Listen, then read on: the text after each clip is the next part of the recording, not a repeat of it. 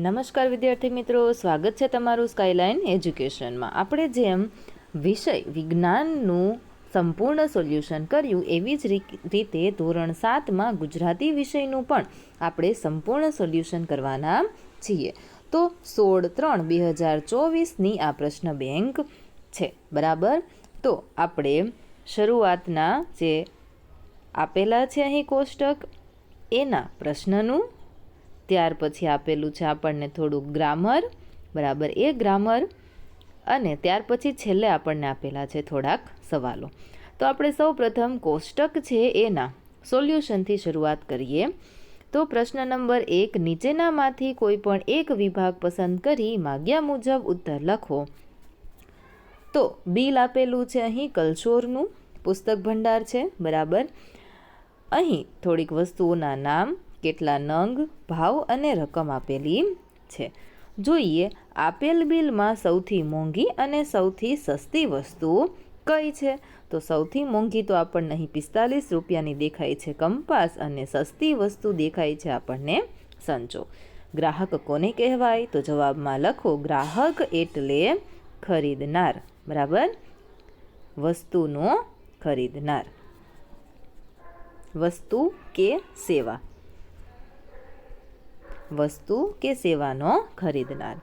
આ દુકાનનું ધ્યેય વાક્ય કયું છે એવો ત્રીજો સવાલ છે, તો અહીં આપેલું છે. ચોથું, ચિત્રકામ માટે તમે ઉપરોક્ત દુકાનમાંથી કઈ કઈ વસ્તુઓ ખરીદશો? તો પેન્સિલ જોશે, સંચો જોશે, સ્કેચ પેન, કંપાસની ઘણી બધી વસ્તુઓ ચિત્રકામમાં ઉપયોગમાં આવી શકે, બરાબર છે, રબર છે, સ્કેલ છે, એવી રીતે.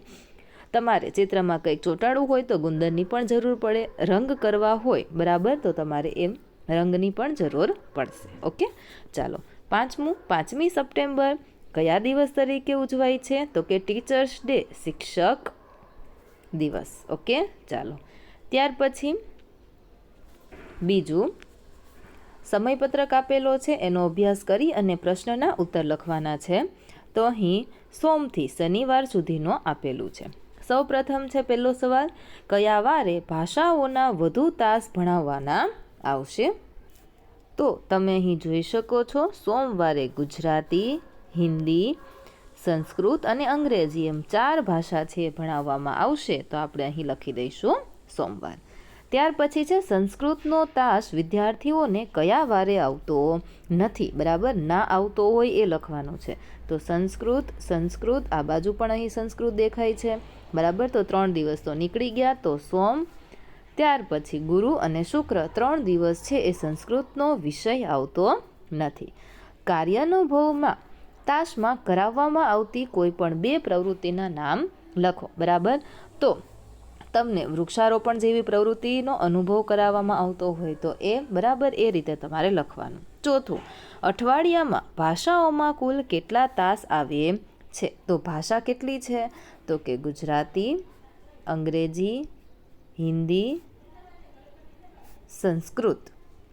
ઓકે, તો ચાલો આપણે ગણીએ, બરાબર. પહેલાં તો ટીક માર્ક કરતા જઈશું. ગુજરાતી, હિન્દી, સંસ્કૃત, અંગ્રેજી, સંસ્કૃત, ગુજરાતી, ગુજરાતી, સંસ્કૃત, ત્યાર પછી અહીં સંસ્કૃત, હિન્દી, અંગ્રેજી, ગુજરાતી, ગુજરાતી, બરાબર, અને અહીં છેલ્લે લખેલું છે સંસ્કૃત. ઓકે, ચાલો. તો હવે આપણે એને ગણી લઈશું. તો 1 2 3 4 5 6 7 8 9 10 11 12 13 અને 14. ઓકે, અને અહીં આપેલું છે એક 15. ઓકે, તો કેટલા થઈ ગયા? 15 તાસ થઈ ગયા. કોઈ રહી જતું હોય તો ગણી લેજો. ત્યાર પછી આપણને આપેલું છે અઠવાડિયામાં ગણિત વિજ્ઞાનના કુલ કેટલા તાસ આવે છે? તો ગણિત વિજ્ઞાનના પણ આપણે ગણી લઈએ તો ટોટલ 10 તાસ થાય છે, તો 10 લખી દેવું. ત્રીજું છે નીચે આપેલ સમયપત્રકનો અભ્યાસ કરી પ્રશ્નના ઉત્તર લખો. તો વિદ્યાર્થી મિત્રો, તમને સોલ્યુશન કરવાની ખૂબ મજા આવતી હોય તો વિડીયોને લાઇક કરો, તમારા મિત્ર સાથે વોટ્સએપ પર શેર કરો, અને આવી જ રીતે બીજા વિડીયો જોવા માટે ચેનલને સબસ્ક્રાઈબ કરી અને તમારી શાળાનું નામ કોમેન્ટ બોક્સમાં જરૂરથી જણાવજો. PDF ડાઉનલોડ કરવી છે તો એની લિંક હું તમને ડિસ્ક્રિપ્શન બોક્સની અંદર આપી દઉં છું. જોઈએ કયા શહેરોમાં સૂર્યોદયનો સમય સરખો છે? તો જવાબ લખો અમદાવાદ, ગાંધીનગર. કયા શહેરમાં સૂર્યાસ્ત સૌથી મોડો થાય છે? તો અહીં તમે જોઈ શકો છો સૌથી મોડો થાય છે ગાંધીનગરમાં. સૌથી વહેલો સૂર્યોદય થાય છે તેવું શહેર કયું છે? તો સૂર્યોદય સૌથી વહેલો થતો હોય તો એ છે 6:15 દાહોદ. ત્યાર પછી સાંજને સૂર્યાસ્ત કહેવાય તો સવારમાં શું આવશે? સૂર્યોદય.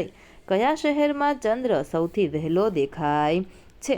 તો આમાંથી ચંદ્રોદય લખેલું છે સૌથી પહેલાં, બરાબર, 52, અહીં 55, 57 અને 53. તો અમદાવાદમાં સૌથી વહેલો દેખાય. ત્યાર પછી નીચે આપેલ ગુણપત્રકનો અભ્યાસ કરી પ્રશ્નના ઉત્તર લખો. તો ઉત્તર લખો. ગુજરાતીમાં સૌથી વધુ ગુણ મેળવનાર રાહુલ. બીજામાં આવશે જવાબ અજય. ત્રીજામાં અંગ્રેજી. ચોથામાં રાહુલ જવાબ આવશે.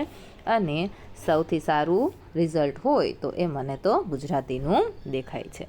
ત્યાર પછી ફરીથી સમયપત્રક આપેલું છે. પહેલો સવાલ, તમારે અમદાવાદથી વડોદરા જવું છે તો તમે સ્ટેશન કેટલા વાગે પહોંચશો? તો કે 8:15. બીજું, સૌથી વધુ બસ અમદાવાદ રોકાય છે. ગાંધીનગરથી નડિયાદ પહોંચતા 3 કલાક લાગશે. ગુર્જર નગરી બસનું અંતિમ સ્ટેશન વડોદરા છે. અને સૌથી વધુ અંતર કયા બે સ્ટેશનનું? તો કે ગાંધીનગરથી વડોદરાનું. ત્યાર પછી આપેલું છે નીચેનામાંથી કોઈ પણ એક વિભાગ પસંદ કરી માંગ્યા મુજબ ઉત્તર લખો. તો આપણે ગ્રામ પંચાયતની મુલાકાત વખતે તમે સરપંચ સાથે શું ચર્ચા કરશો તે લખવાનું છે. આપણે એનો જવાબ જોઈશું. જવાબમાં લખો, જો હું ગ્રામ પંચાયતમાં મુલાકાત કરું, હું સરપંચને ગ્રામની વિકાસને લઈને અન્ય સમાજ સેવા, બરાબર, એવી રીતે આપણે અહીં થોડીક વાતો લખવાની. આગળ વધીશું.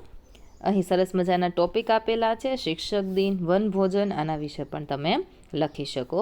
ત્યાર પછી આપેલું છે આપણને પ્રશ્ન નંબર 3, એક વિભાગ પસંદ કરવાનો છે.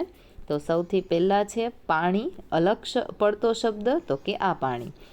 ત્યાર પછી રૂઢિપ્રયોગનો અર્થ મૂકી વાક્ય ફરીથી લખો. નવા બૂટ બનાવવાનું મન પાકે પાયે કરી નાખ્યું, એટલે કે નિશ્ચય કરી નાખ્યો, દ્રઢ સંકલ્પ કર્યો. ત્યાર પછી રેખાંકિત શબ્દ જવાબ તરીકે મળે એવો પ્રશ્ન બનાવો. રેખાંકિત તો અહીં શબ્દ આપેલો નથી. જો તમે રાવણ નીચે રેખા કરો તો રામે કોનો વધ કર્યો? બીજો સવાલ બની શકે, રામની નીચે જો અંડરલાઇન હોય તો કોણે રાવણનો વધ કર્યો છે? એટલે પ્રશ્નાચિહ્ન મૂકી દેવાનું. યોગ્ય વિરામ ચિહ્ન મૂકી વાક્ય ફરીથી લખો. મેં પૂછ્યું, ત્યાર પછી અલ્પ વિરામ કરી મોબાઈલની કિંમત શી છે? ત્યાં તમારે ક્વેશ્ચન માર્ક કરી દેવાનો. આપેલ વાક્યમાંથી ક્રિયાપદ શોધીને લખો. તો ગણિત શિક્ષક ઘણું શીખવવાનો લોભ રાખતા, બરાબર, તો શીખવવાનો એ ક્રિયાપદ છે. લોભ રાખવો એ પણ ક્રિયાપદ છે. વિભાગ 2 તો દુઃખ, એમાં શું આવશે? તો કે અલગ પડતું છે સુખ. ત્યાર પછી જાનની બાજી લગાવવાની, એનો રૂઢિપ્રયોગ લખવાનો છે. સવાલ બનાવીએ તો સરદાર વલ્લભભાઈ પટેલનો સ્વભાવ કેવો હતો? Question mark. વિરામ ચિહ્ન મૂકી વાક્ય તો કે હા લાવો. શા વાસ્તે નહીં વાંચીએ? Question mark. આપેલ વાક્યમાંથી કર્મ શોધીને લખવાનું છે. તો એલારામ એ કર્મ છે. ત્યાર પછી વિભાગ 3 ધરા, તો એમાં આવશે ધારા, બરાબર. ધારા એ શું છે? નામ છે, એટલે એ ત્યાં નહીં આવે, તો એ અલગ પડતો શબ્દ છે. ત્યાર પછી રમાએ ઘરે આવીને તેની માતાને શાળામાં ભાગ લીધેલ સ્પર્ધામાં તેનો નંબર આવ્યો તેની માંડીને વાત કરી, પહેલેથી બધી ચોખવટ કરી. તો કક્કો ઘૂંટવો એ પણ આવી શકે. રેખાંકિત શબ્દ જવાબ તરીકે મળે એવો પ્રશ્ન બનાવો. તો સરપંચના મૃત્યુથી આખું ગામ શોકમાં ડૂબી ગયું. તો જવાબમાં લખો, કોના મૃત્યુથી આખું ગામ શોકમાં ડૂબી ગયું? પ્રશ્નાચિહ્ન. વિરામ ચિહ્ન મૂકવાના છે. તો વાહ પછી આપણે મૂકી દઈશું ઉદ્ગાર, કેવું સુંદર. વાહ પછી અલ્પ વિરામ, કેવું સુંદર દ્રશ્ય, એના પછી ઉદ્ગાર ચિહ્ન. આપેલ વાક્યમાંથી ક્રિયાપદ શોધવાનું છે. તો હાથ ફેરવ્યો. ચાલો વિભાગ 4 જોઈએ આપણે. તો એમાં આવશે માસી, અલગ પડતો શબ્દ છે. સંચય થયો, એનો રૂઢિપ્રયોગ લખવાનો છે. હવે પ્રશ્ન બનાવીએ. તો મોહનને ગણિત વિષય ઘણો અઘરો લાગતો. તો પ્રશ્ન બનાવીએ, મોહનને કયો વિષય ઘણો અઘરો લાગતો? છેલ્લે પ્રશ્નાચિહ્ન કરી દેવું. યોગ્ય વિરામચિહ્ન મૂકવાના છે. ધીમહી વિરંચ અને યજામી ક્યાં જઈ રહ્યા છે? છેલ્લે આવશે પ્રશ્નાચિહ્ન. આપેલ વાક્યમાંથી ક્રિયાપદ શોધવાનું છે. તો કે ભેટ આપ્યું એ ક્રિયાપદ છે. વિભાગ 5. તો પર્વ એની સાથે પરબ છે બંધ બેસતો નથી. ઝીણા જીવના હતા, ચિંગુસ હતા. રેખાંકિત શબ્દ જવાબ તરીકે મળે તો કે કૃષ્ણ અને સુદામાની મિત્રતા અજોડ હતી. કૃષ્ણ અને સુદામાની મિત્રતા કેવી હતી એવું કરી અને છેલ્લે પ્રશ્નાચિહ્ન લગાવી દેજો. યોગ્ય વિરામચિહ્ન મૂકવાના છે. રાજાએ કહ્યું સેવક અહીં આવ. ઓકે, તો રાજાએ કહ્યું પછી અલ્પવિરામ, સેવક અહીં આવ પછી પૂર્ણ વિરામ. ત્યાર પછી ક્રિયાપદ શોધવાનું છે. ભૂલાઈ ગયું એ ક્રિયાપદ છે. હવે આગળ તમે જોઈ શકો છો આપેલ પ્રશ્નો પૈકી ગમે તે પ્રશ્નનો ઉત્તર લખો. તો કોઈ પણ એકનો ઉત્તર આપણે લખવાનો છે. બરાબર. તો વિદ્યાર્થી મિત્રો, અત્યાર સુધી સરસ મજાનું સોલ્યુશન થઈ ગયું ને? તો પહેલાં ફટાફટ વિડીયોને લાઇક કરો, તમારા મિત્ર સાથે વોટ્સએપ પર આ વિડીયોની લિંક શેર કરી અને ચેનલને સબસ્ક્રાઈબ કરવાનું ભૂલશો નહીં. આગળ પણ તમને આપેલું છે કે કોઈ પણ એક વિષય તમારે પસંદ કરી અને માગ્યા મુજબ જવાબ લખવાના છે. ઓકે, તો આ વિડીયોને અંત સુધી જોવા માટે તમારો ખૂબ ખૂબ આભાર. PDF ડાઉનલોડ કરવી હોય તો એની લિંક હું તમને ડિસ્ક્રિપ્શન બોક્સમાં આપી દઉં છું.